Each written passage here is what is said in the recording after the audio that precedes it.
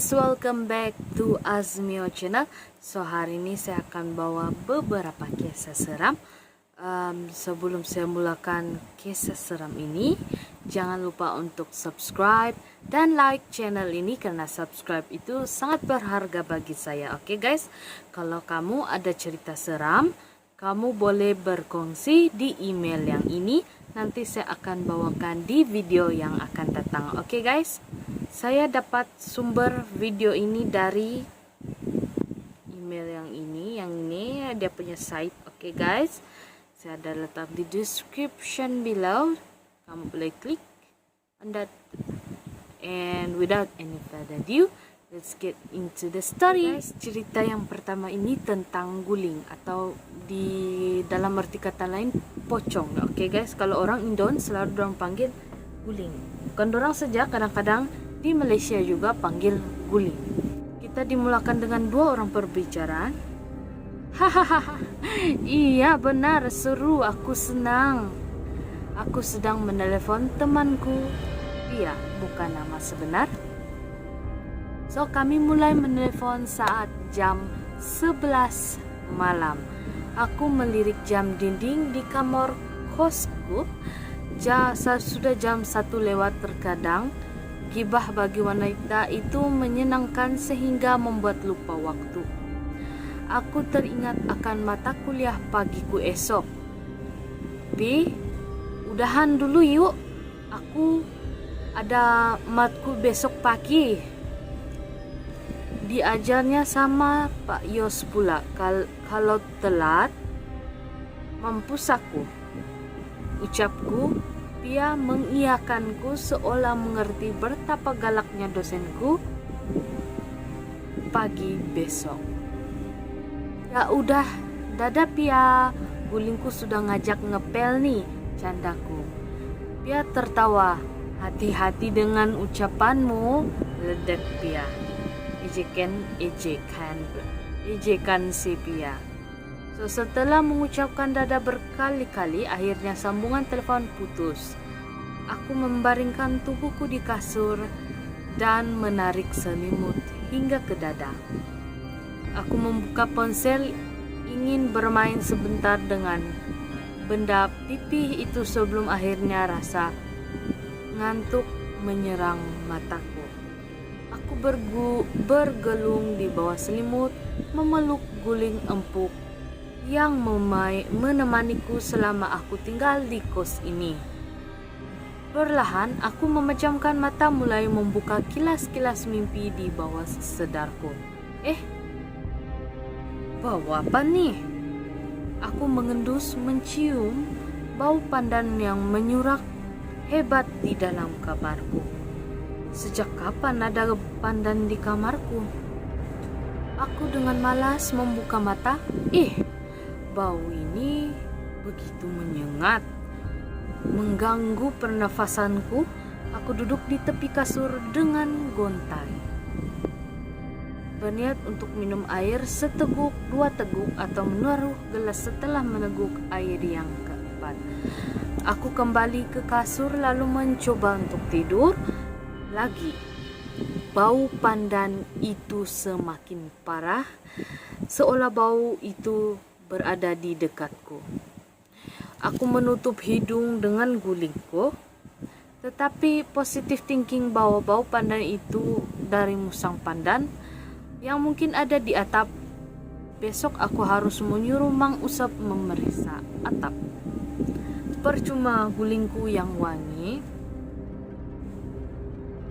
bahkan tidak mampu mengalahkan bau-bau tidak sedap itu. Aku mengendus, kesal, ingin tidur pun susah betul.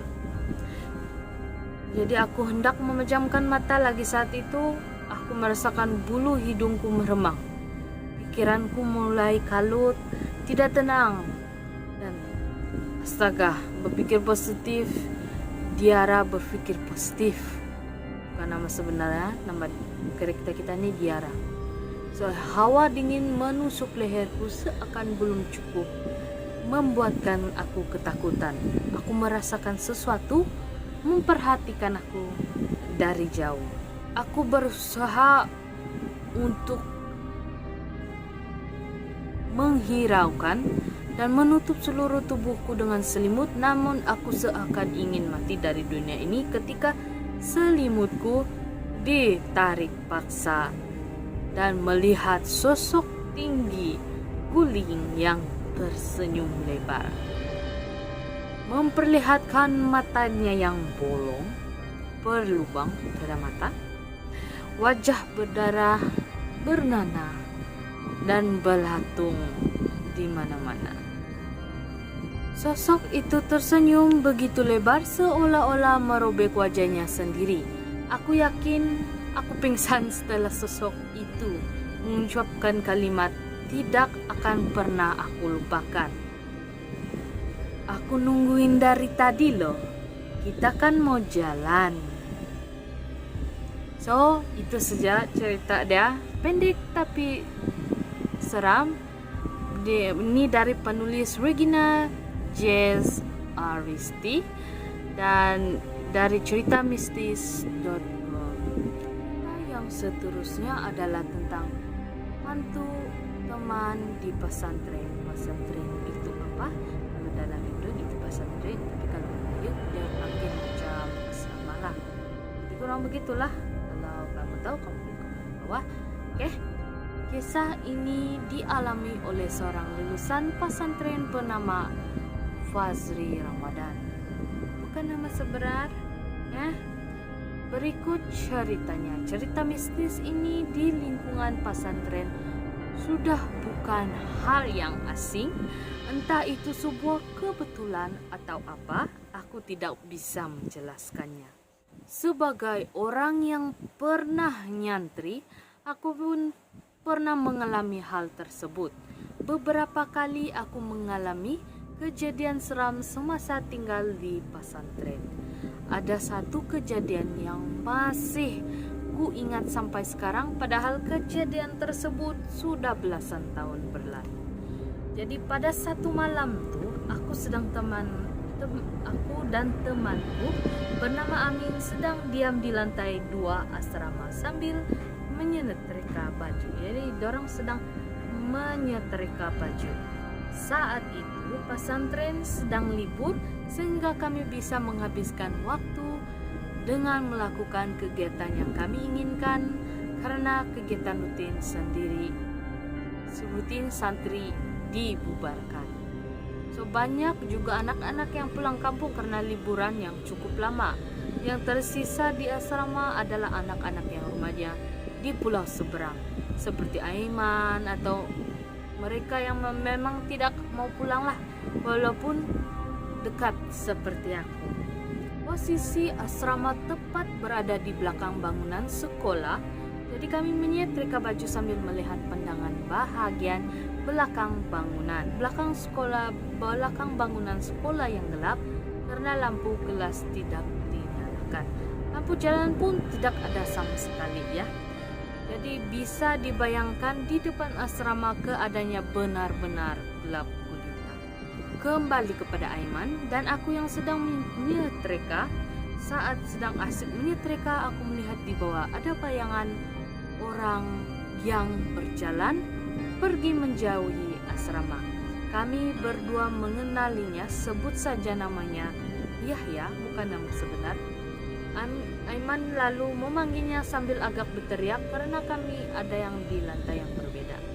Yahya pun menyahut. Terjadilah percakapan singkat antara keduanya, tapi aku lupa isi perbincangan. Selesai berbincang, orang itu pergi menjauhi asrama melewati bangunan sekolah yang gelap gulita. Kami pun melanjutkan kegiatan menyetrika sampai tiba-tiba dalam kamar ada seorang teman yang bertanya kepada Aiman. Kamu ngobrol dengan siapa? Tanyanya. Si Yahya, jawab Aiman dengan singkat. Hah? Dia sudah pulang tadi siang pergi di Jakarta. Aku baru ingat yang Yahya memang pulang dijemput oleh keluarganya. Masa? Lalu yang berbicara denganku barusan siapa? Pertanyaan Aiman itu kemudian menjadi akhir di kegiatan kami menyetrika Dan kami pun buru-buru untuk masuk ke dalam kamar, sementara baju-baju kami biarkan berceceran di meja setrika. Biarlah nanti pagi dibereskan dan malam itu kami tidur berdepatan di kasur sempit karena ketat. Guys, itu saja untuk cerita yang pada hari ini. Kalau kamu ada cerita seperti biasa, antarkan kepada email yang ini, nanti saya bawakan di next video. And jangan lupa untuk subscribe dan like channel ini. Okay, see ya at the next video and be careful.